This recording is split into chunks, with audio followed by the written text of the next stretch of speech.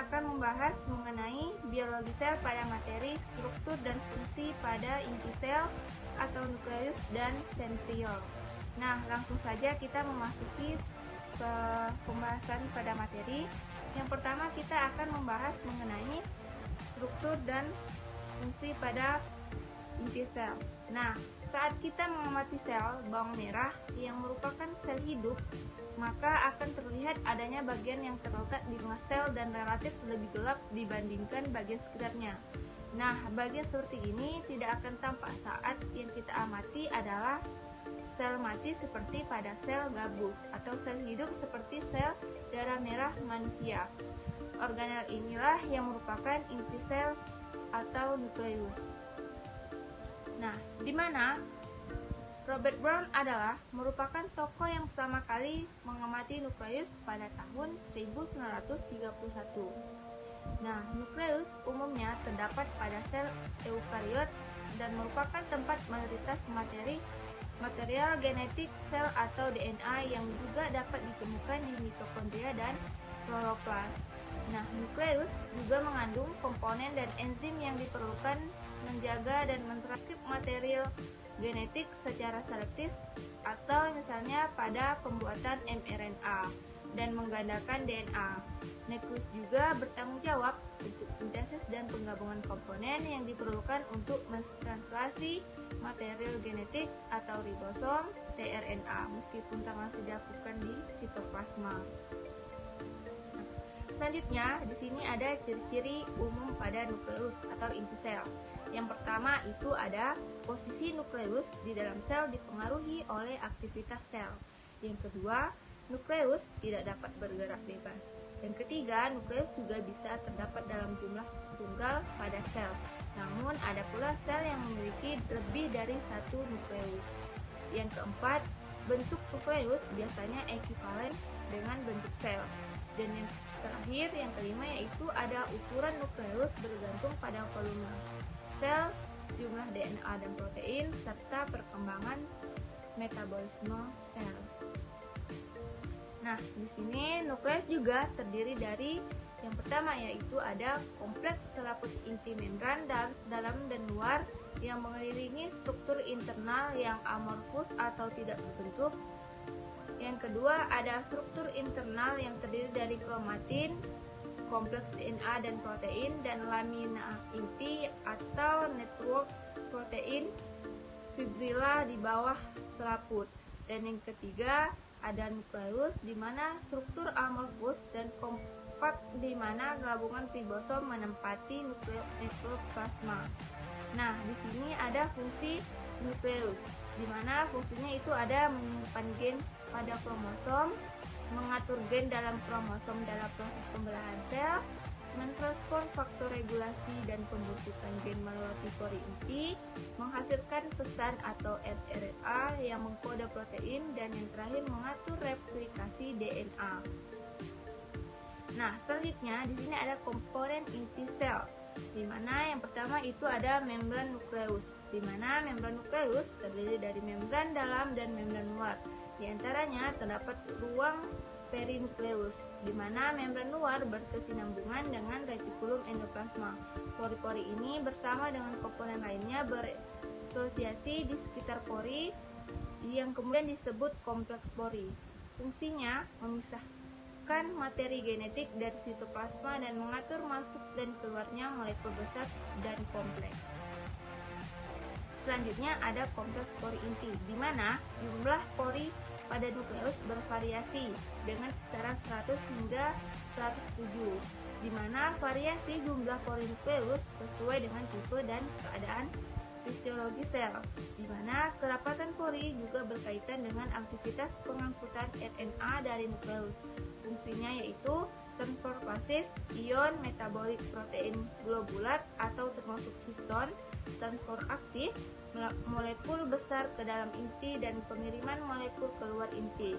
Nah, komponen kompleks dari kompleks pori adalah yaitu anulus, yaitu di mana struktur silinder yang mengelilingi bagian dalam pori, lalu granula pusat, selanjutnya ada serabut-serabut dan bahan amorf yang membentuk diafragma. Selanjutnya ada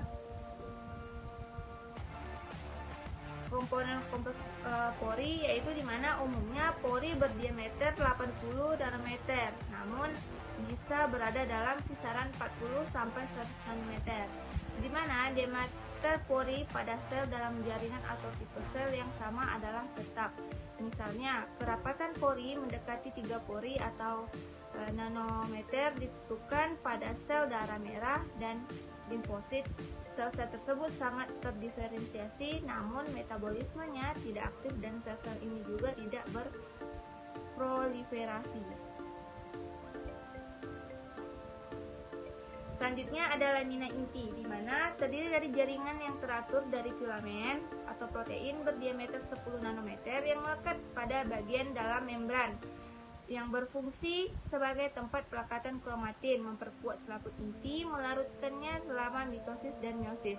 Selanjutnya ada lamina nukleus, di mana lamina nukleus ini berikatan dengan protein integral ataupun perifer dari membran dalam ataupun berikatan dengan bahan kromatin. Selanjutnya ada nukleolus, di mana nukleolus merupakan struktur yang berada di dalam nukleus, berbentuk agak bulat, dinyatakan sebagai organel tanpa membran. Fungsinya adalah tempat pembentukan dan akumulasi prekursor ribosom atau RNA dan protein ribosom sebelum dibawa ke sitosol. Selanjutnya ada nukleoplasma, di mana nukleus juga memiliki substansi seperti sitoplasma. Karena letaknya di dalam nukleus, maka disebutlah nukleoplasma. Selanjutnya ada kromatin, di mana pada sel eukariotik materi genetik dikemas dalam genom-genom, di mana di sebagian besar genom tersaji dalam kesatuan kromatin. Bentuk padat dari kromatin merupakan kromosom. Lalu selanjutnya ada heterokromatin, di mana merupakan bentuk rapat dan kromatin terlihat seperti noda yang rapat, kadang terdapat pada permukaan membran inti. Selanjutnya ada eukromatin, di mana eukromatin berbentuk halus dan banyak terdapat dalam keadaan aktif. Keberadaan eukromatin signifikan karena DNA harus dalam keadaan uncoil untuk dapat dibaca oleh kode genetiknya. Selanjutnya ada kromosom, di mana sebelum pembelahan sel atau setelah sintesis DNA, kromatin akan mengalami kondensasi membentuk individu kromosom metafase. Kromosom ini tampak sebagai dua kromatid. Nah, selanjutnya ada struktur dan fungsi pada sentriol, di mana dalam organel sel sentriol terdapat satu sel yang memiliki satu pasang sentriol yang letaknya berdampingan dengan tegak lurus. Organel ini berbentuk mirip dengan tabung atau silinder yang memiliki rangka mikrotubula yang tersusun dengan radial.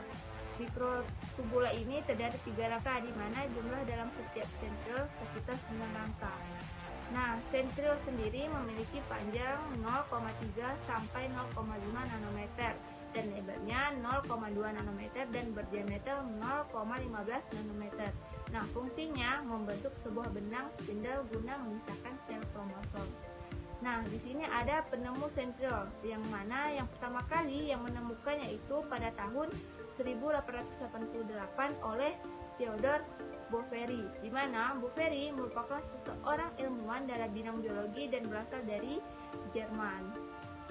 Nah, di sini ada fungsi sentriol, di mana fungsi sentriol yaitu ada 7, di mana yang pertama, dalam sel hewan, tinggi sentriol seperti tiang mitosis. Yang kedua, setiap sentriol akan memunculkan sentriol baru, di mana sentriol yang baru tersebut berbentuk dengan tetap menempel pada sentriol orang tuanya dan akan memanjang selama fase S dan G2.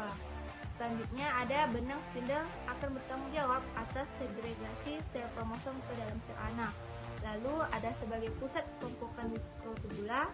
Lalu ada ketika tahap profase, sentriol akan bergerak berlawanan dengan sel dan akan membentuk benang spindle. Selanjutnya sebagai badan basal yang merupakan tempat untuk memproduksi silia, dan yang terakhir dapat menghasilkan silia dan flagela. Baiklah, sekian dan dapat saya sampaikan. Terlebih dan